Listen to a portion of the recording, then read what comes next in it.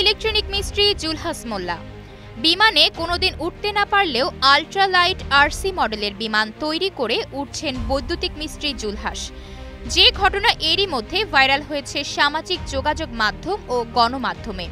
ঘটনাটি সামনে আসতেই ২৮ বছর বয়সী এই তরুণের প্রতিভা ও সৃজনশীলতা দেখে তার পাশে দাঁড়িয়েছেন বিএনপির ভারপ্রাপ্ত চেয়ারম্যান তারেক রহমান। এ সময় তারেক রহমানের পক্ষ থেকে নগদ সহায়তা ছাড়াও বিমান তৈরির উদ্ভাবক জুলহাস মোল্লাকে সত্যিকারের বিমানে চড়ে ঘুরে বেড়ানোর ব্যবস্থা করার প্রতিশ্রুতি দেওয়া হয়। বুধবার দুপুরে শিবালয় উপজেলার জাফরগঞ্জ বাজার এলাকায় গিয়ে জুলহাস মোল্লার হাতে তার উদ্ভাবনী কাজ অনুপ্রেরণার জন্য তারেক রহমানের পক্ষ থেকে নগদ ৫০,০০০ টাকা তুলে দেন বিএনপি চেয়ারপারসনের উপদেষ্টা ও মানিকগঞ্জ জেলা বিএনপির আহ্বায়ক আফরোজা খানম রীতা ও আমার বিএনপি পরিবারের আহ্বায়ক আতিকুর রহমান রুমন।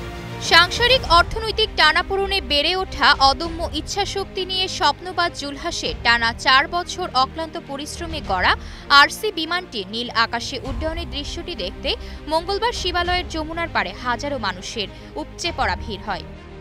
মানিকগঞ্জের শিবালয় উপজেলার সাইটঘর তেওতা এলাকার জলিল মোল্লার ছেলে জুলহাস মোল্লার এই অবিশ্বাস্য সফলতায় গোটা এলাকায় যেন উৎসবের আমেজ বইছে। তরুণ উদ্ভাবক জুলহাস মোল্লা ২০১৪ সালে এসএসসি পাশ করেন। তিনি ঢাকায় ইলেকট্রিক মিস্ত্রির কাজ করছেন। জানা গেছে শৈশব থেকেই বিজ্ঞান ও প্রযুক্তির প্রতি ঝোঁক ছিল জুলহাসের। পড়াশোনায় ইতি টানলেও উদ্ভাবনী চিন্তা তাকে তাড়িয়ে নিয়ে বেড়াত।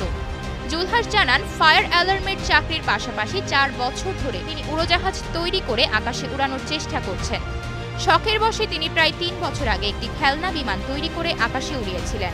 প্রশিক্ষণ ছাড়াই নিজেই ড্রাইভ করে আকাশে উড়িয়েছিলেন উড়োজাহাজটি। এই উড়োজাহাজটির যন্ত্রাংশ তৈরিতে প্রায় ১.৫ লাখ টাকা খরচ করেন জুলহাস। গত ৪ বছরে এই কাজের পেছনে ৮ থেকে ১০ লাখ টাকা তার খরচ হয়েছে। এরই মধ্যে জেলা প্রশাসকের কাছ থেকে একটি আর্থিক সহায়তাও পেয়েছেন। দীর্ঘ সময়ের প্রচেষ্টার পর অবশেষে সফলতা খুঁজে পেলেন জুলহাস। নিজের হাতে তৈরি সেই প্লেনে চড়ে আকাশে উড়লেন তিনি।